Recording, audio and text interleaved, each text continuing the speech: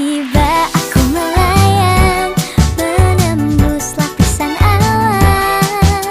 Ku hempaskan semua sedihku. Aku terbang ke atas bulan, memeluk bintang-bintang. Bahagia warahmatullahi wabarakatuh.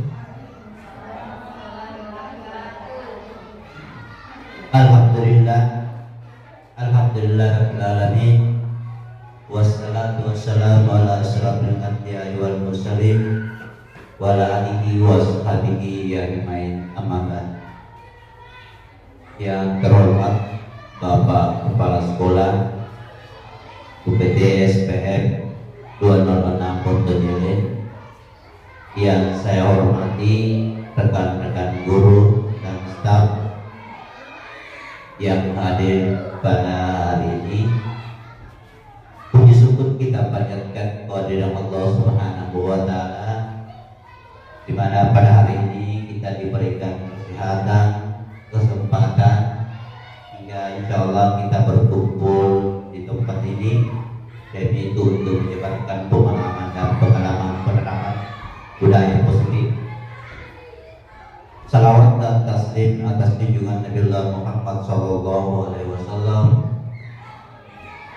senantiasa kita kirimkan syafaat.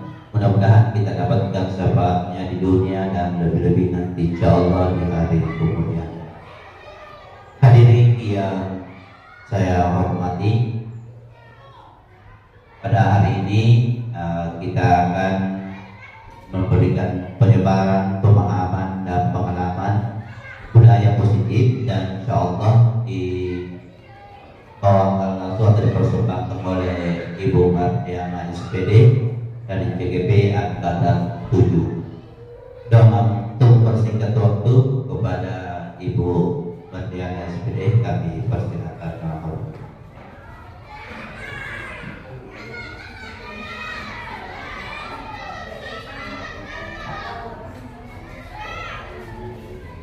Terima kasih banyak.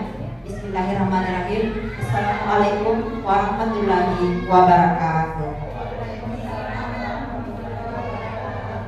Yang saya hormati Bapak Kepala UPTS SD 206, yang saya hormati rekan-rekan Dewan Guru yang sempat hadir pada pagi hari ini. Puji dan syukur kita panjatkan kehadirat Allah Subhanahu wa Ta'ala, di mana pada pagi hari ini menjelang siang kita masih diberikan kesehatan, kesempatan oleh Allah Subhanahu wa Ta'ala untuk berkumpul di tempat ini guna melaksanakan tugas kita sebagai seorang guru. Salawat dan taslim atas junjungan kita Nabiullah Muhammad sallallahu alaihi wasallam, Nabi terakhir yang telah mengantar kita dari lembah yang hina ke lembah yang terang benderang seperti yang kita rasakan.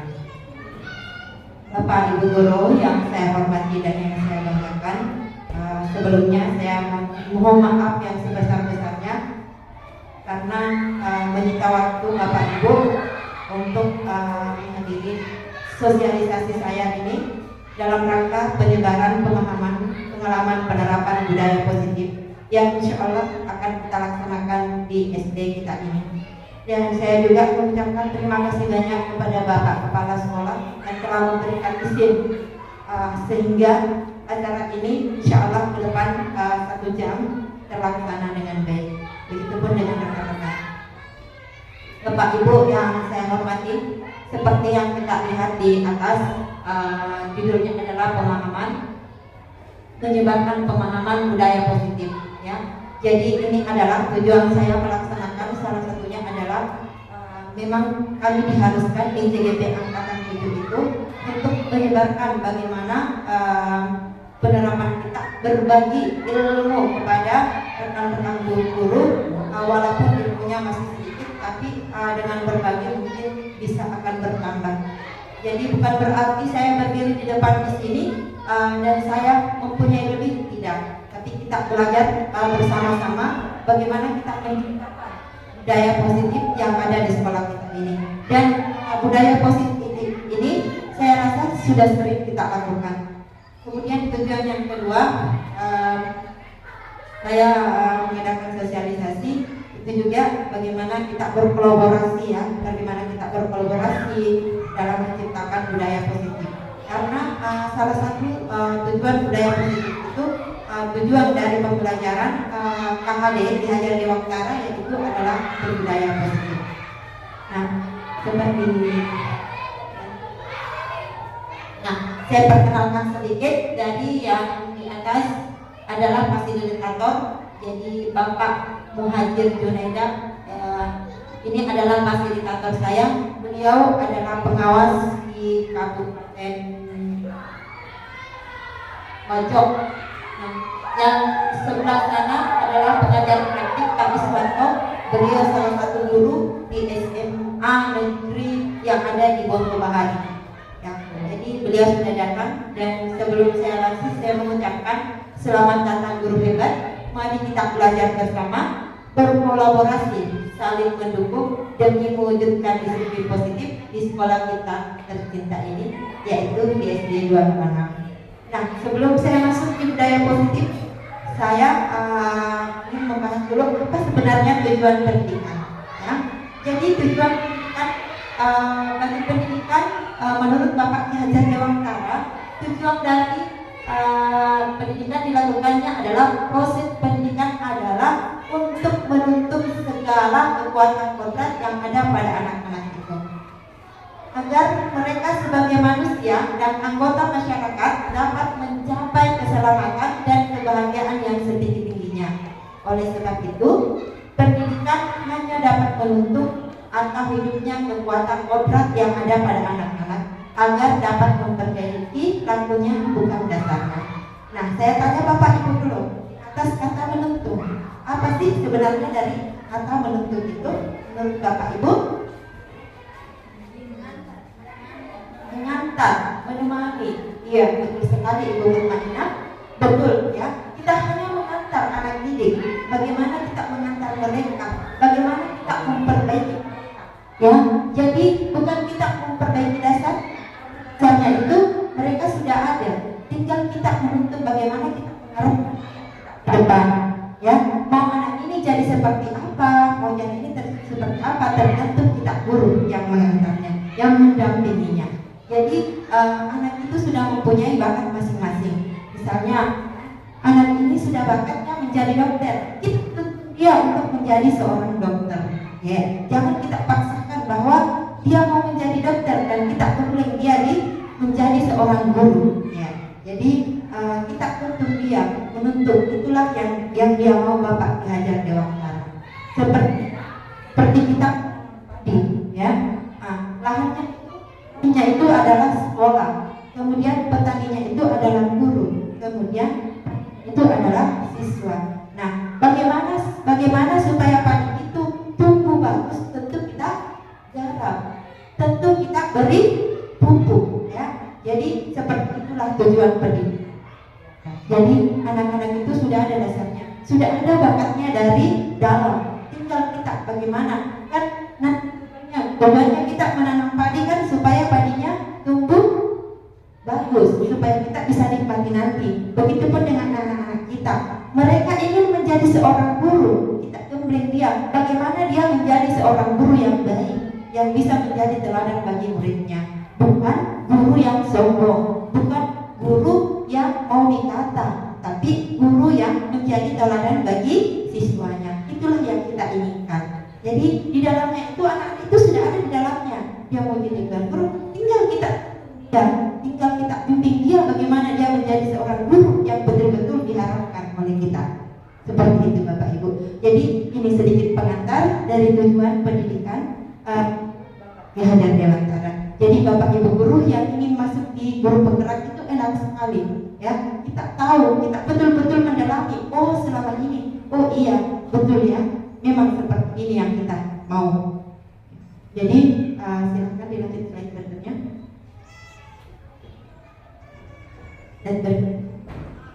Ya, konsep utama. Jadi ada beberapa yang saya mau bahas sebentar. Di konsep utama budaya positif. Yang pertama adalah perubahan paradigma belajar. Yang kedua, disiplin positif. Dan yang ketiga, motif kebutuhan dasar manusia. yang keempat motivasi perilaku manusia, dan yang kelima keyakinan kelas. Kemudian yang terakhir segitiga restitusi. Nah, keseluruhan ini yang akan saya bahas sebentar insya Allah. Mudah-mudahan Bapak Ibu berkenan mendengarkannya. Nah, kita masuk di pembelajaran paradigma baru. Apa itu pembelajaran paradigma baru? Nah, dalam membangun budaya positif, sekolah dapat menyediakan lingkungan yang positif, aman dan nyaman agar siswa mampu berpikir, bertindak dan mencipta dengan merdeka, mandiri dan bertanggung jawab. Kemudian yang kedua, disiplin sangat berkaitan dengan kontrol guru terhadap siswa. Nah, sekarang Bapak Ibu coba di dalam genggaman kita menggenggam ya, kita menggenggam di sisi kanan tak, di sebelah kiri tak. Kita anggaplah kita adalah A, di sebelah kiri tak adalah B. Nah, sekarang kita genggam, anggaplah sesuatu yang kita genggam itu berharga sekali, berharga sekali. Kemudian di sebelah kanan tak, Ai berusaha untuk membuka. Bagaimana kira-kira Bapak Ibu? Apakah Bapak Ibu mau menggenggam? Sedangkan yang kita genggam itu penuh dengan rahasia, penuh dengan sesuatu yang sangat berharga untuk Bapak Ibu. Apakah Bapak Ibu mau membuka kalau ada orang yang menyuruh membukanya? Mau tidak? Ya, Bapak Ibu? Ya? Kenapa alasannya Pak Sarul? Karena rahasia. Yang lain? Ada tidak? Kalau misalkan anggaplah si A kita ini menggenggam sesuatu ya. Sedangkan yang kita genggam ini penuh dengan sesuatu yang sangat berharga. Sementara di teman yang lain dia berusaha untuk membuka. Apakah Bapak Ibu mau membukanya atau tidak? Mau. Ya, mau. Ya, kenapa Bu Ana mau? Oh ya, betul ya.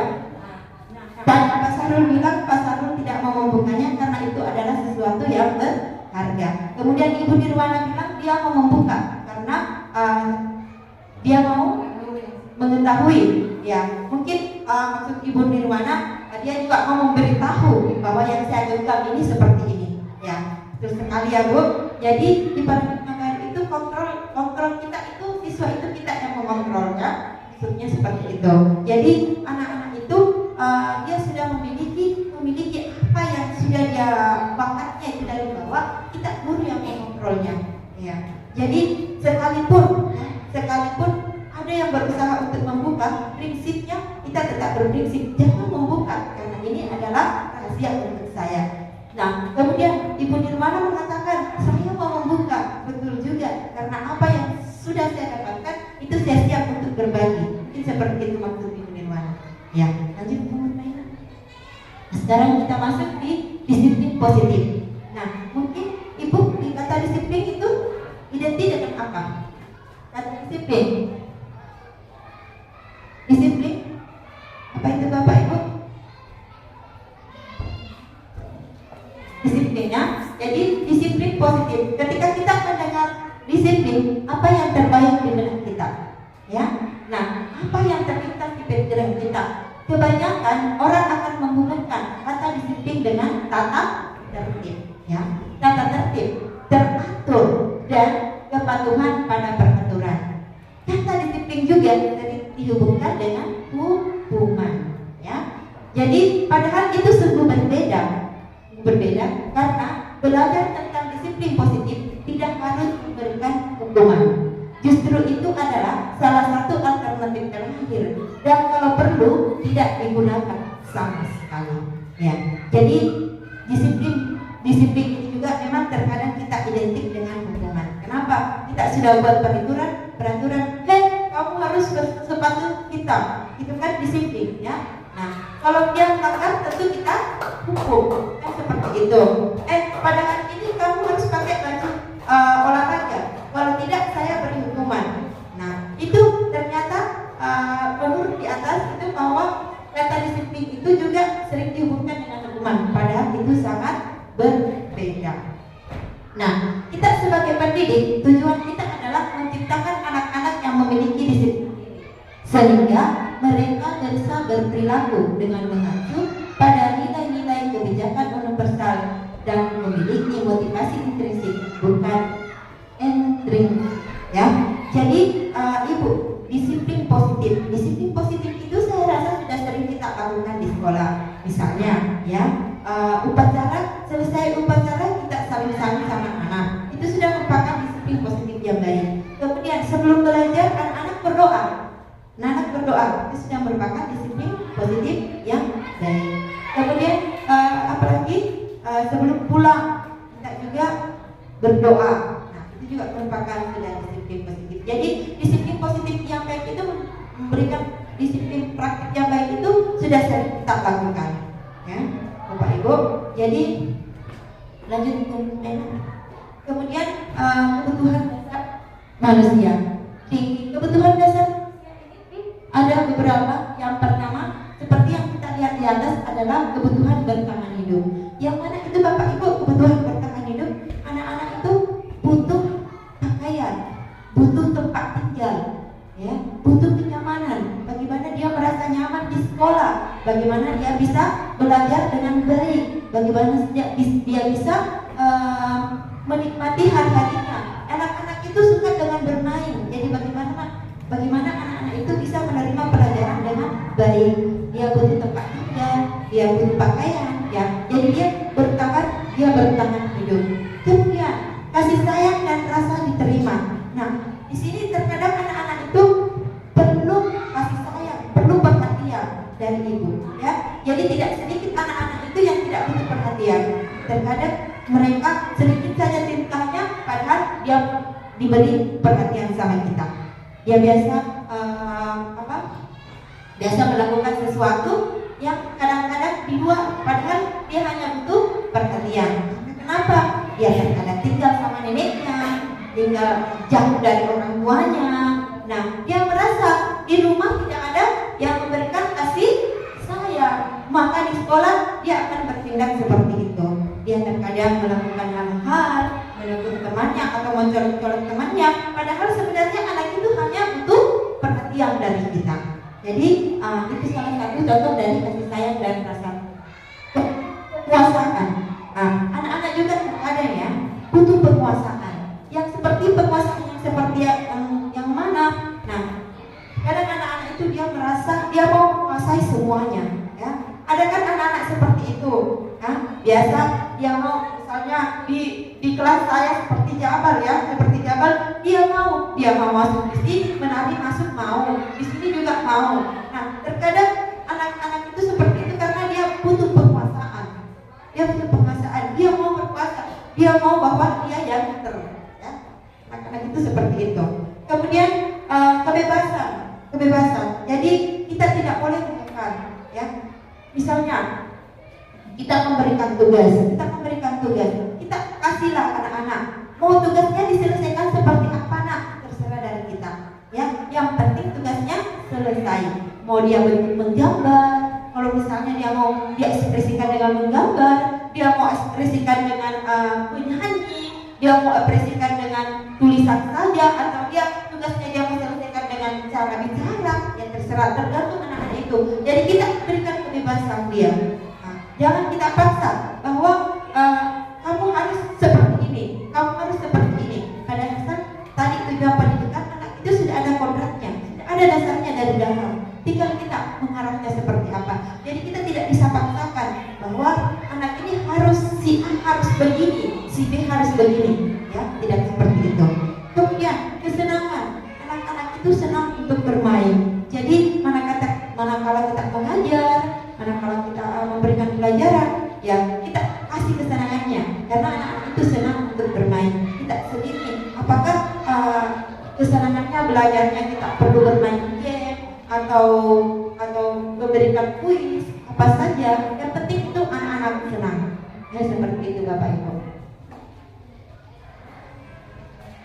Nah sekarang motivasi perilaku manusia.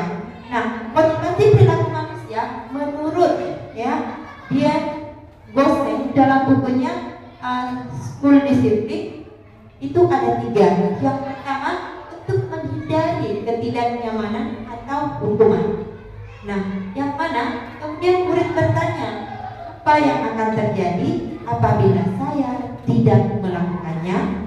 Kemudian hal tersebut merupakan motivasi eksternal. Kemudian yang kedua kedua, untuk mendapatkan imbalan atau penghargaan dari orang lain. Nah, murid bertanya, apa yang akan saya dapatkan apabila saya melakukannya? Nah, hal tersebut merupakan motivasi eksternal. Kemudian yang ketiga, untuk menjadi orang yang mereka inginkan dan menghargai diri sendiri dengan nilai-nilai yang mereka percaya. Nah, murid bertanya, akan menjadi orang seperti apa jika saya melakukannya? Hal tersebut merupakan motivasi internal. Nah, ada kasus. Nah, kasus hukuman dan penghargaan. Nah, Bapak Ibu silakan dilihat di atas. Nah, IPA kurang menguasai pelajaran matematika, sehingga pada saat pembelajaran tersebut berlangsung, dia lebih banyak berdiam diri atau menggambar di buku pelajarannya. Pada saat guru matematikanya, Pak Seno, menanyakan pertanyaan IPA menjadi buku dan tak sengaja menyatukan tasnya dari kursi, serta tiba-tiba menjadi gagap pada saat berupaya menjawab. Seluruh kelas pun tertawa melihat perilaku IPA yang bicara tergagap dan terkejut tersebut. Pak Seno pada saat itu membiarkan teman-teman IPA menertawakan IPA yang tergagap dan malu luar biasa, dan malahan minta IPA maju untuk ke depan dan berdiri di kelas sambil menunjuk hidungnya karena tidak bisa menjawab pertanyaan Pak Seno. Kelas makin gaduh dan anak-anak pun tertawa melihat IPA di kelas memegang ujung hidungnya. Nah, menurut Bapak kasus di atas, apakah Bapak Ibu setuju dengan yang dilakukan Pak Seno? Tidak, ya. Kenapa? Alasannya apa? Ya, apakah Bapak Ibu menyuruh ke depan si IPA memegang hidungnya? Apakah itu merupakan sebuah hukuman? Ya, menurut Ibu Andi Rosnia bukan. Ya, yang lain? Ini si IPA, ya. Karena dia tidak menjawab pertanyaan dari Pak Seno, makanya dia disuruh ke depan. Tapi setelah dia ke depan, dia ditertawakan oleh temannya. Nah, Bapak Ibu yang saya hormati, pemberian hukuman itu menurut Pak Seno, menurut Ibu tadi kurusnya bukan hukuman, ya. Jadi Bapak Ibu, yang dilakukan Pak Seno itu adalah sebuah hukuman, ya. Kenapa? Karena dia menyuruh siswa ke depan untuk apa tadi? Memegang hidungnya, menunjuk hidungnya, ya, sehingga anak ini ditertawakan sama temannya, ya, ditertawakan sama temannya. Nah, coba bagaimana kira-kira perasaannya si IPA? Sedangkan kita tidak tahu apa IPA ini memang dia tidak bisa belajar matematika atau seperti apa, ya. Nah, mungkin si IPA ini senangnya menggambar karena dari tadi dia menggambar saja di buku. Nah, seharusnya apa yang seharusnya Pak Seno lakukan, Bapak Ibu? Apa yang seharusnya Pak Seno lakukan? Menurut saya, Ya. menurut saya ya seharusnya Pak Seno memberikan peluang untuk IPA, karena IPA kan sebenarnya dia suka menggambar. Mungkin Pak Seno bisa memberikan IPA tugas menggambar, buat gambar beberapa lembar atau beberapa gambar begitu, baru dihitung jumlahnya berapa, jadi sudah masuk untuk pelajaran matematika itu. Ya, terima kasih banyak. Kita kasih aplaus dulu untuk Bu Sri. Iya, Masya Allah, bagus sekali pertanyaannya, jawabannya ya. Ya, betul ya. Seharusnya Pak Seno bertindak seperti itu. Ya, jadi mungkin ada Ibu Tirosnya. Ya, silakan. Ya.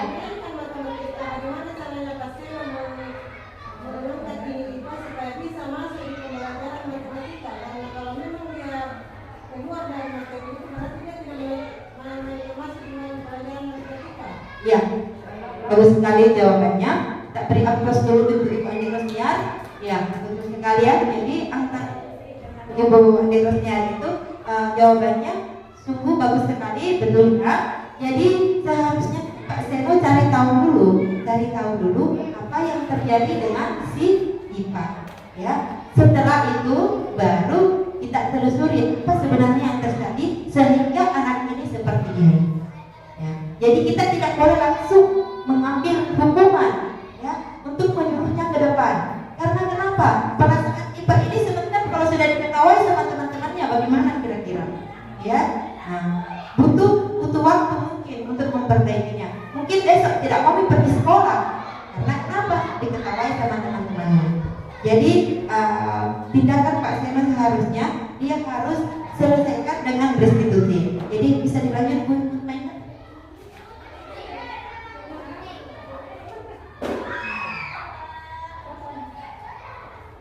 Ya, seharusnya dia melakukan sebuah restitusi.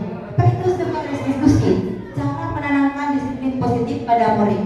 Restitusi adalah proses menciptakan kondisi bagi murid untuk memperbaiki kekurangan mereka sehingga mereka bisa kembali pada kelompok mereka dengan karakter yang lebih kuat. Nah, hukuman adalah sebuah cara untuk mengarahkan sebuah tingkah laku agar sesuai dengan tingkah laku yang berlaku sejak bisa dilanjut. Jadi tadi seharusnya Pak Seno melakukan mencari tahu dulu apa yang terjadi, panggil Ipa kenapa seperti itu.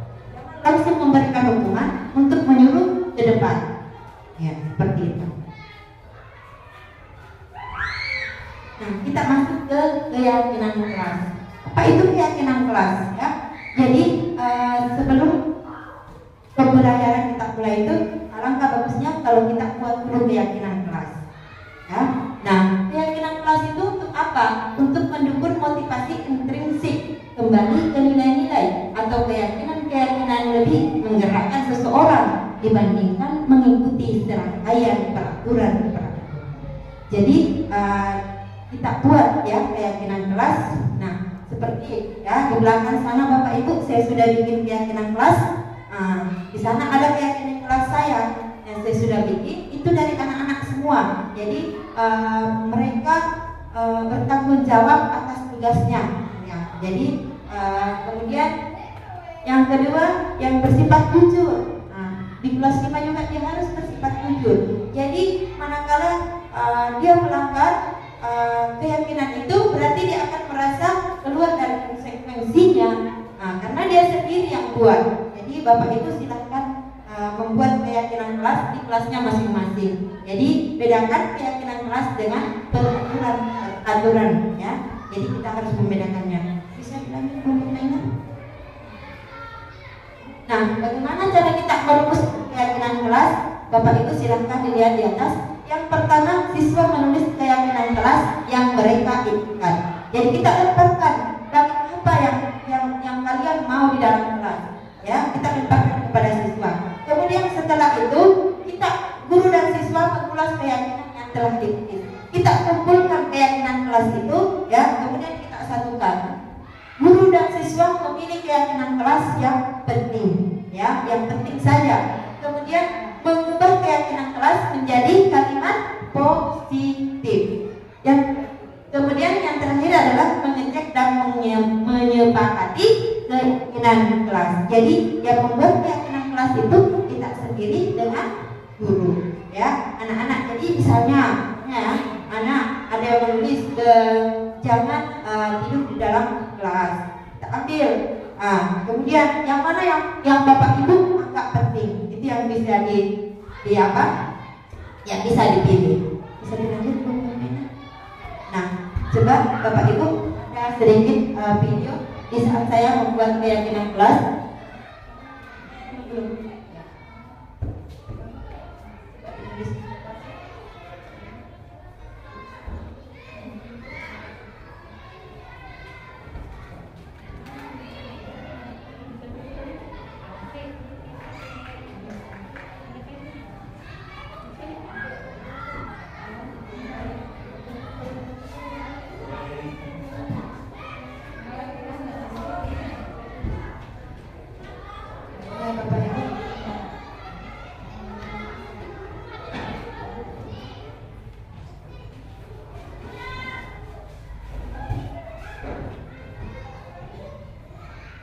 Jadi Bapak Ibu bisa membuat keyakinan kelas ya.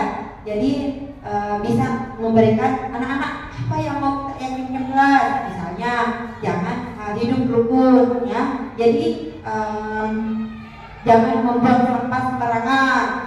Bisa ya. Jadi setiap hari kita membuat keyakinan kelas.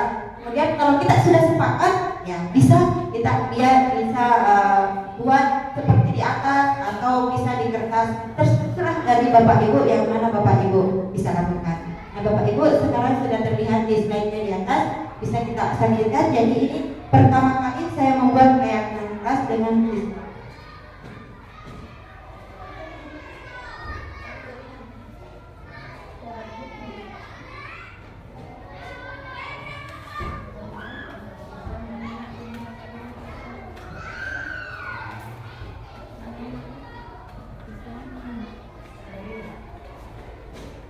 ya, jadi itu salah satu ya. Jadi pertama saya cuma menempel di kertas-kertas yang seperti itu.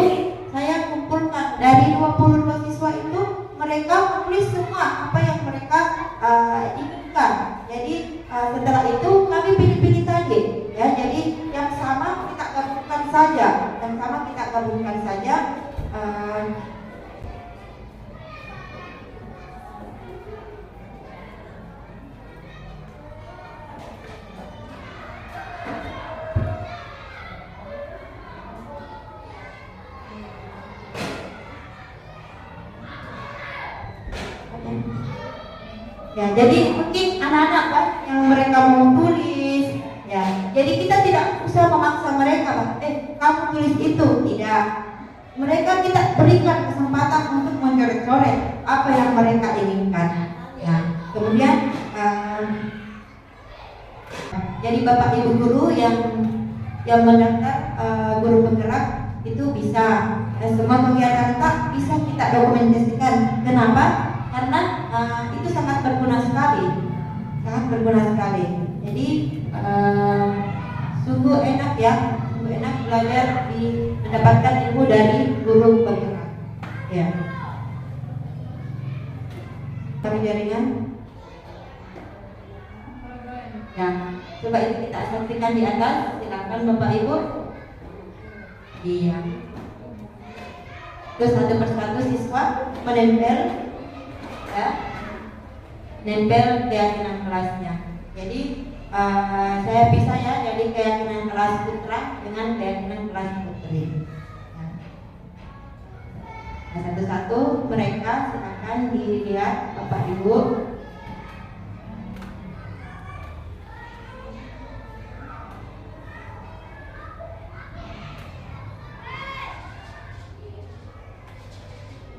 Mereka antusias sekali ya menempelkan apa yang sudah ada di pikiran mereka masing-masing. Ya. Nah, setelah selesai, saya menyuruh salah satu orang untuk membaca. Setelah kita baca, kita pilih yang mana kita satukan saja kata-kata. Misalnya ada yang double, ya kita satukan saja. Iya. Jadi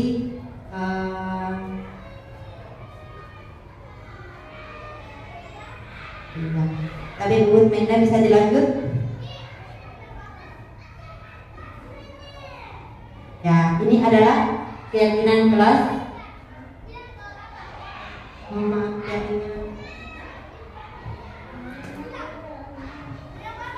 bisa dilihat mungkin di belakangnya. Belakang itu adalah salah satu keyakinan kelas yang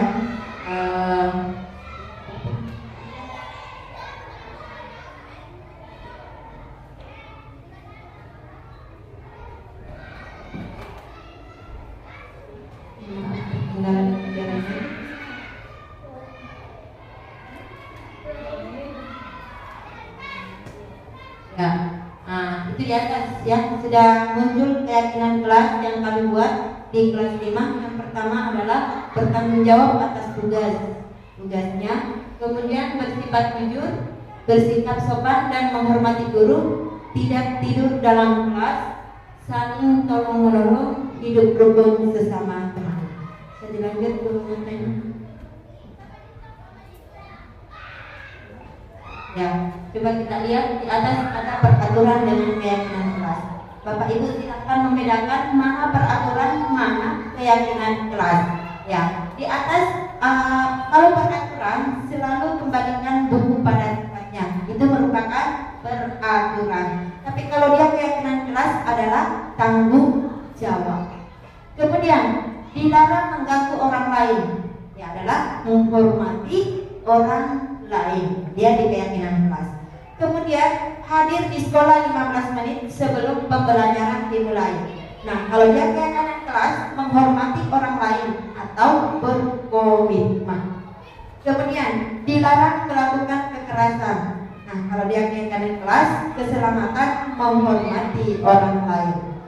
Kemudian dilarang menggunakan narkoba. Di keyakinan kelas itu kita bahas kesehatan. Kemudian bergantian atau menunggu giliran, menghormati orang lain atau bersabar. Kemudian gunakan masker, kesehatan atau keselamatan. Jangan berlari di kelas atau koridor, keselamatan dan keamanan. Jadi Bapak Ibu bisa membedakan mana keyakinan kelas dan mana peraturan.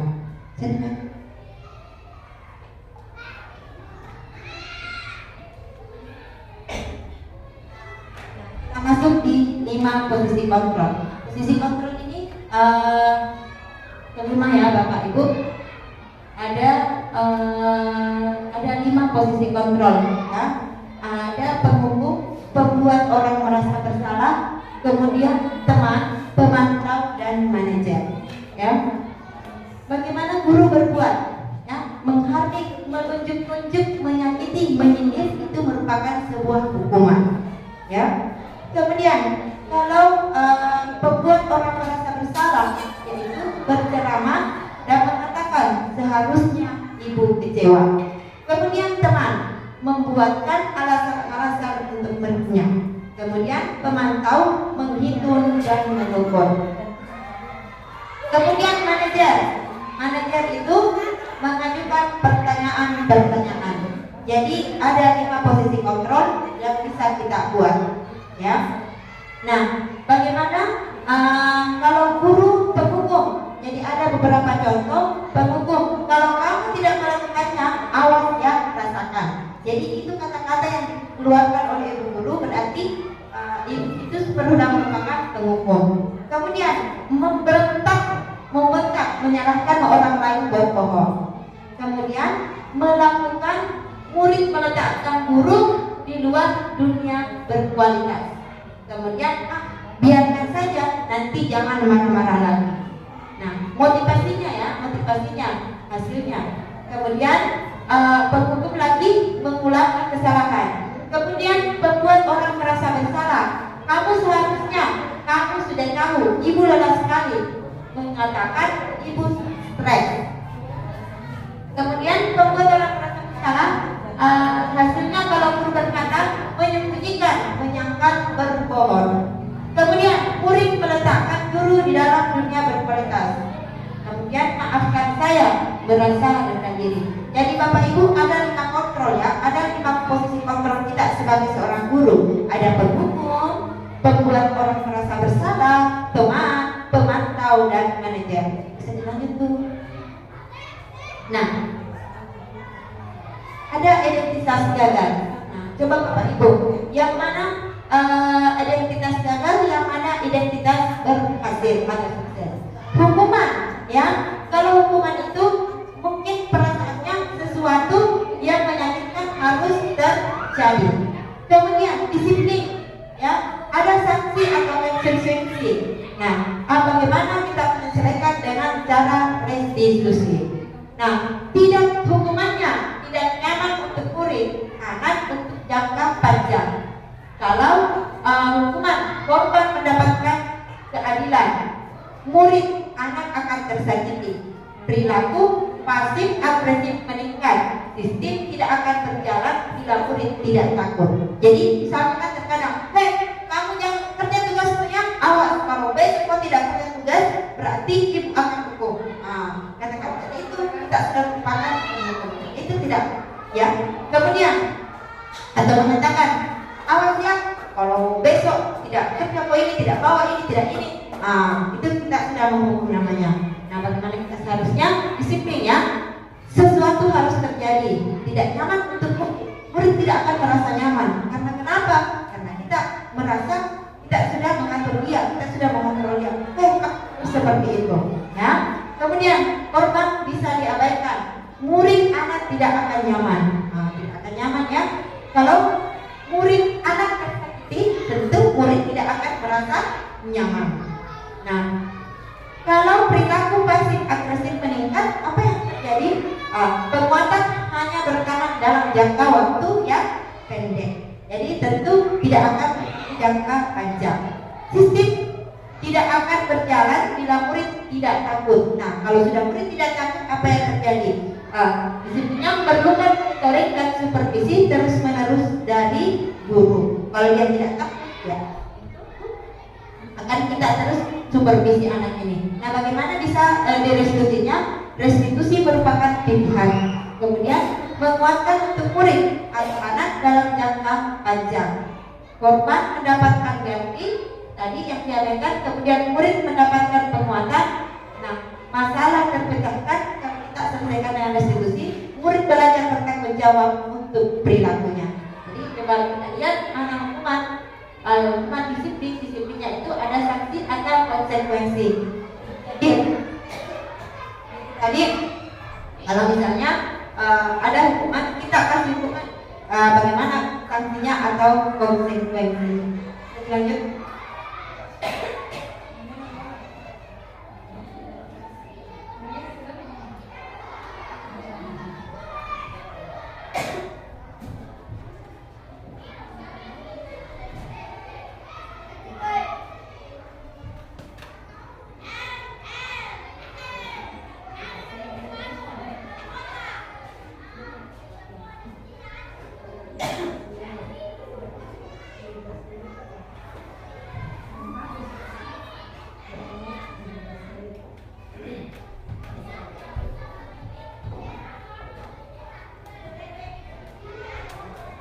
Yang terakhir ya, segitiga restitusi. Nah, segitiga restitusi ini adalah proses menciptakan kondisi murid untuk memperbaiki kesalahan mereka sehingga bisa kembali ke kelompok mereka dengan karakter yang baik. Ini menurut Gongsen ya. Langkah dalam restitusi meliputi menstabilkan identitas, validasi identitas yang salah, dan menanyakan keyakinan ya. Nah, ini ada segitiga restitusi, Bapak Ibu bisa dilihat itu segitiganya. Jadi segitiganya yang pertama itu kita menstabilkan dulu, ya. Kemudian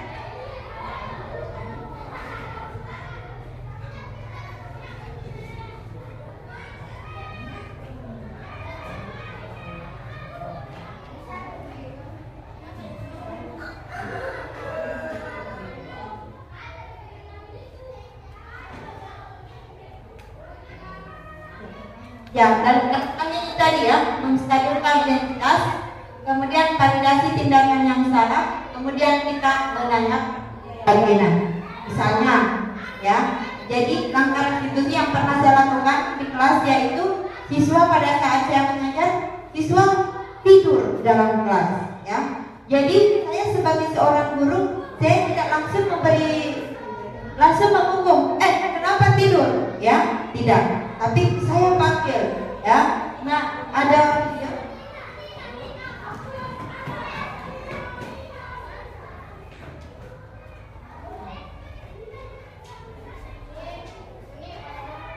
ya, jadi saya panggil siswa tampil di atas segitiga, saya panggil ke kantor. Nah, saya panggil ke kantor, saya menanyakan, saya tidak langsung menegurnya di depan teman-temannya.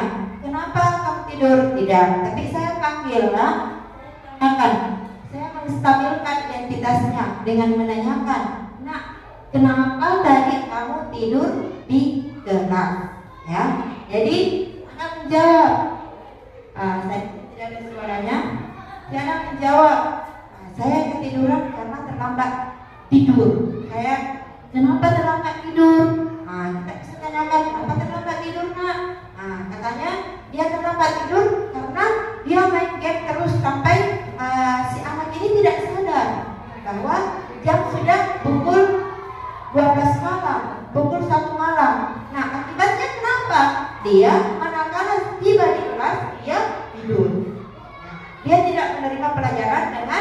baik. Nah, jadi saya tanyakan sama si anak. Nah, saya panggil ke sini bukan saya mau mencari kesalahan, tapi saya mau memperbaiki apa sebenarnya yang terjadi. Nah, silahkan nak cerita. Nah, katanya dia main game. Jadi saya tanya, tinggal sama siapa? Dia katakan dia tinggal sama nenek. Neneknya tidak menegur. Katanya neneknya sudah tidur. Dia asik sendiri main game.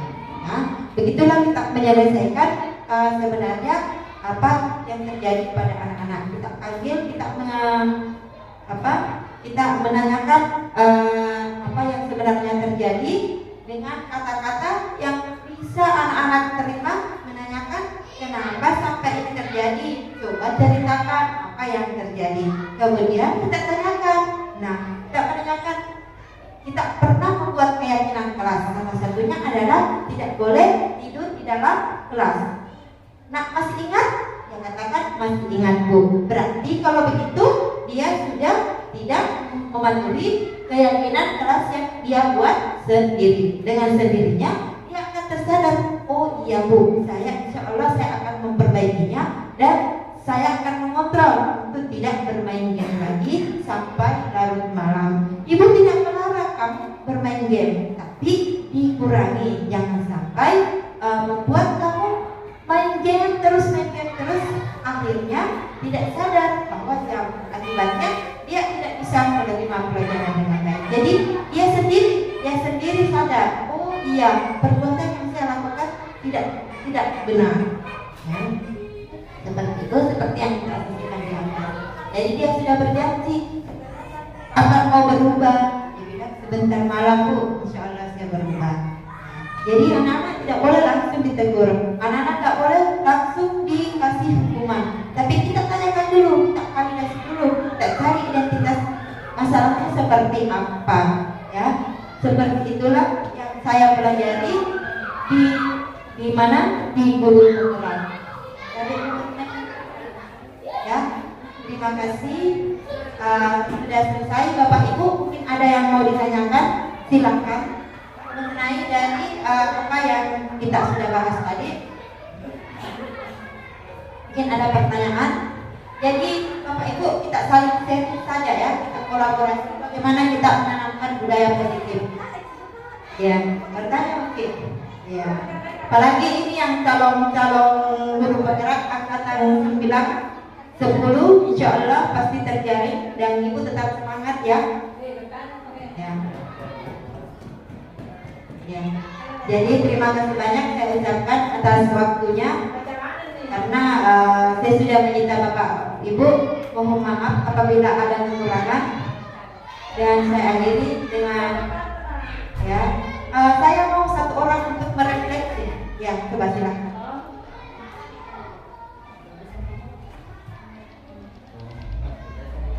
Assalamualaikum warahmatullahi wabarakatuh.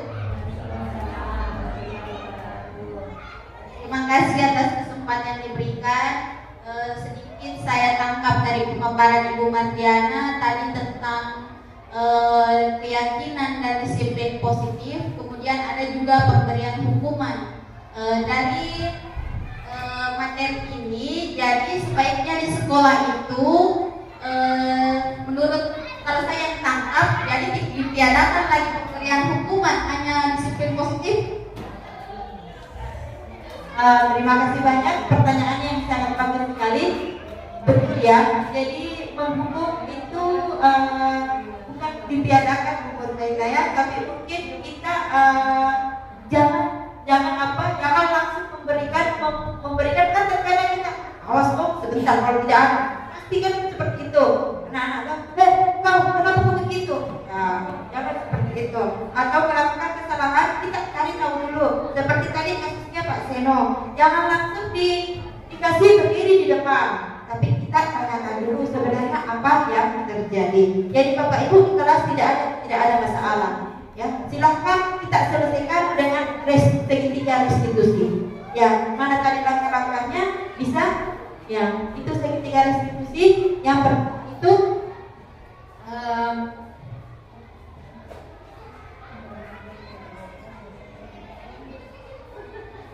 menstabilkan identitas, kemudian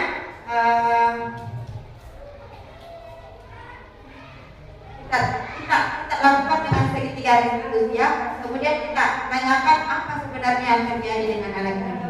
Nah, kalau misalnya mereka sudah menceritakan, jadi kita panggil ya, kita panggil berdua, jangan langsung menghukum, Karena kenapa? Hukuman itu menyakitkan buat anak-anak. Ya. Apalagi kalau tidak pakai sepatu. Kenapa tidak pakai sepatu?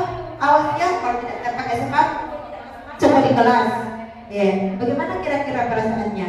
Ya, mungkin seperti itu dulu perbuatan kita. Kalau seperti itu kita sudah kasih bukti, itu sudah merupakan, saya sudah benar, Bapak Ibu, iya kan? Iya. Atau anak-anak yang tidak bawa buku silahkan keluar. Ya. Jadi saya pernah alami Bapak Ibu waktu saya sekolah, saya tidak bawa buku pelajaran, saya dikasih keluar sama wali kelas. Dasar saya, besok saya tidak bawa lagi. Saya keluar lagi karena kenapa? Saya suka keluar. Ya, jadi seperti itu sangat menyakitkan. Ada juga senang anak-anak kelas tidak seperti itu. Jadi tidak selesaikan. Kenapa tidak bawa buku? Ya seperti itu Bapak Ibu. Kita validasi tindakan yang salah. Apa tindakannya yang salah kita validasi? Kita tanya kenapa seperti ini. Kemudian kita perbaiki. Kita akan perbaiki dia. Ya, seperti itulah yang diinginkan Bapak dihajar Dewan Utara. Kemudian kita menanyakan keyakinan. Sebelumnya kan saya sudah katakan kita buat keyakinan kelas, ya kita buat keyakinan kelas. Nah, apa-apa yang tidak anak-anak silakan. Tadi kan kita sudah buat keyakinan kelas. Berarti kalau anak sudah melanggar keyakinan kelas, berarti keluar dari tidak konsekuensi lagi. Nah, seperti itu. Ada lagi pertanyaan? Ya, silakan Pak Sarul. Ya sedikit lagi karena masih ada waktunya, kira kurang lebih 5 menit lagi dari yang kita ingin. Pertanyaan pertama saya adalah tingkatan kelas atau validasi tindakan yang salah atau yang biasa disebut segitiga restitusi. Ini yang kita terjadi dan yang kita hadapi adalah siswa, bukan siswa nakal, tapi siswa yang bertingkah. Istilahnya bukan nakal tapi yang bertingkah. Di kelas masing-masing pasti ketika menginginkan hal-hal yang tidak diinginkan terjadi di kelas. Contoh-contoh konkretnya yang baru terjadi adalah pemecahan ganja yang terjadi hari ini. Iya, baru sekali. Kalau kita tidak lanjut itu, mungkin akan berulang lagi. Tapi kalau itu yang kita inginkan ada dari validasi dan tanpa sedikit memberikan bukan hukuman yang artinya untuk menjustifikasi itu bersalah, tapi memberikan hukuman yang mendidik, selesai begitu, supaya tidak mengulangi kejadian yang salah merugikan di sekolah atau di kelas rumah. Iya, Masya Allah, luar biasa sekali Pak Sarul, betul sekali. Bahwa bukan juga berarti kita tidak membiarkan begitu saja, tapi mungkin dengan seperti itu kita bisa masukkan di keyakinan kelas. Jangan tidak boleh memecahkan kaca, mungkin seperti itu. Ya, Bapak Ibu. Ya, terima kasih banyak atas waktunya. Jadi saya ucapkan terima kasih sekali kepada Bapak Ibu atas waktu yang diberikan dari berapa menit sehingga tiba pada 1 jam sekarang. Mohon maaf apabila ada kesalahan dan saya berharap untuk kita berkolaborasi bagaimana kita membudayakan budaya disiplin di sekolah kita ini. Bapak Ibu, kalau ada masalah silakan kita konsultasikan kepada Bapak kepala sekolah atau silakan kita berkolaborasi bagaimana seharusnya pendidikan kita ke depan. Karena bukan mereka, bukan orang-orang yang mau memajukan pendidikan kita di sini, tapi siapa lagi kalau bukan kita bersama. Terima kasih banyak. Wabillahi taufiq wal hidayah. Wassalamualaikum warahmatullahi wabarakatuh. Saya kembalikan kepada moderator.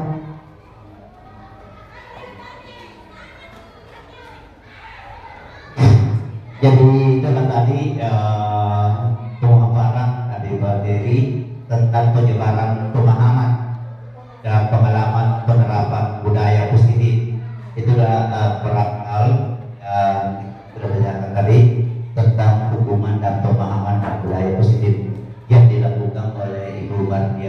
SPD. Dengan selesainya materi ini, maka selesai pula rangkaian acara pada hari ini, dan mari kita tutup acara ini dengan membaca